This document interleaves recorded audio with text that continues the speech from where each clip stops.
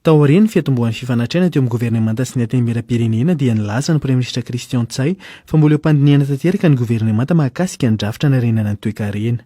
Laza koa ny tenany fa tsy mbola misy ilay plan de mitigation na ilay drafitra nirahan'ny mpikambana amin'ny sehatra tsy miankina nanangana niaraka tamin'ireo ministra mpiany toe-karena. Mbola mila diniana tsara izany ho izy hahafantarana ny tena lahara-pameana eto amin'ny firenena ao anatin'izao krizy izao. Mbola tsy misy plan de relance économique zany amin'izao fotoana zao. Zany plan de relance zany dia mila zavatra maripototra, mila zavatra voavinavina tsara. Ny filazana koa efa misy ny plan de mitigation tsy marina koa zany. Marina nisy fandiniana teo amin'ny mpikambana amin'ny gouvernement sasany sy zareo avy amin'ny sehatra tsy miankina. Fa tsy misy mbola fanapahan-kevitra mahakasika an'izany natao teo anivon'ny gouvernement ny amin'izao fotoana izao aloha dia tsy afaka miteny zao ny sehatra tsy miankina fanjakana ny hoe ampio ny sehatra tsy miankina fanjakana kanefa vola mitentina amin'ny 70 millions de dollars no tadiavina voaka ny velany satria misy tombony tokony alefa ny velany.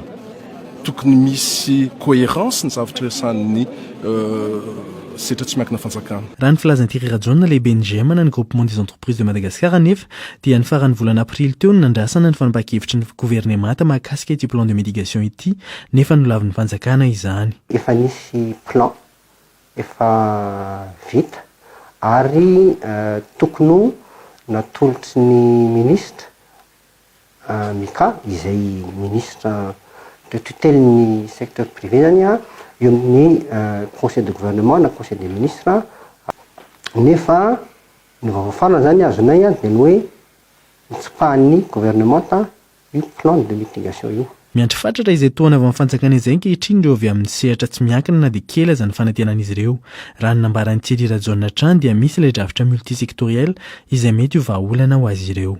Malheureusement tsy dia misy fantenana firy ara loi de finances rectificative nefa izay mbola iadiany araky ny enina moa zany ary nisy fivana be koa tamin'ny zay resaky izay hoe finalement le plan de mitigation secteur privé dia ho aravina ao anatina izay atao hoe plan multisectoriel d'urgence izay hitambaran'ny lafiny ara-pahasalamana, lafiny ara-tsosialy ary lafiny ara-ekonomika.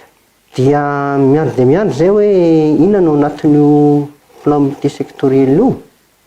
Efa eo am-pitadiavana vahaolana indrindra ho an'ireo sehatra tena voamafy ny governemanta ho hatrany ny Praiminisitra Christian Tsay. Anisan'izy ireny ho izy ireo orinasa madinika.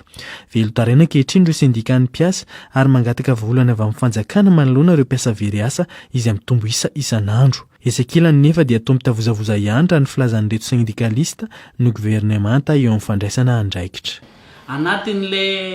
Anatin'le fahavoazana dia tsy hainy ny tany hotodihana na ny mpiasa zany na ny mpampiasa zay tratra dia tsy fantatra mihitsy hoe aiza no ale ka izay no mahatonga hoe miantso ny fandraisana andraikitry ny gouvernemanta mba hametraka zay pekady zay tsy hiandry hoe mipoaka ny volcan zay vao mandray mesure.